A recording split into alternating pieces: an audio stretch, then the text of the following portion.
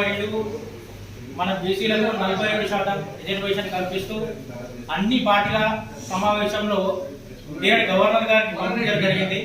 అదే రకంగా మరి ఈ 42 రిజర్వేషన్ అనేది సరైందా కాదా, పాస్ అవుతుందా కాదా అనే అటువంటి ఆలోచన కూడా చేయకుండా తూతు మంత్రంగా దీని ద్వారా సంస్థానిక మన లోకల్ ఎలక్షన్లు తీసుకురావడం జరిగింది.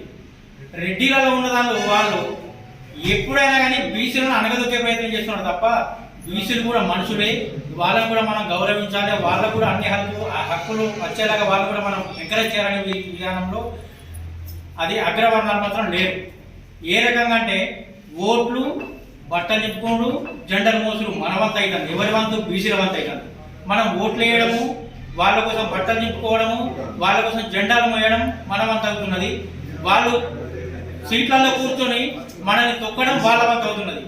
బీసీలారా మనందరం అడుక్కుంటూ బంద్ చేయాలి, కొట్లాడి మన హక్కులను సాధించుకోవాలి. అడుక్కుంటూ బంద్ చేయాలి. ఫస్ట్ అడగనిదే అమ్మ కూడా అన్నం పెట్టదంటారు. మనం అడిగే తీరు అడిగినాం, ఎవ్వరు కూడా మన పట్టించుకుంటలేరు. మీదికి అందరం ఒకే అని చెప్పి నటిస్తున్నారు తప్ప వాస్తవంగా అందరూ అగ్రవర్ణాలందరూ బీసీ ద్రోహులే. కాబట్టి ఈ నెల మన బీసీ సంఘాలన్నీ కలిపి జేఏసీగా ఏర్పడి ఈ నెల 18న జరిగే బంద్ తలపెట్టడానికి 18వ తారీఖు నాడు ముందుకు వచ్చినాయి. కాబట్టి ఖచ్చితంగా ప్రతి బీసీ బిడ్డ ఇదే మనకు మంచి అవకాశము, మన దమ్మేందో చూపించాలి, సంపూర్ణంగా బంధును బ్రహ్మాండంగా చూపించాలి.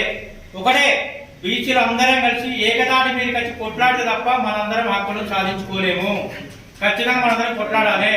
అది రాజభవనం ఉంటాడు కానీ, గవర్నర్ ఉంటాడు కానీ, ఎంత దూరం అన్నా కానీ పోరాడితే పోయేదేం లేదు. బానిస సంఖ్యలు తప్ప పోరాడితే పోయేదేం లేదు. మనం పోరాడి కొట్లాడితే మన వారసులకైనా హక్కులు సరిగ్గా లభిస్తాయి.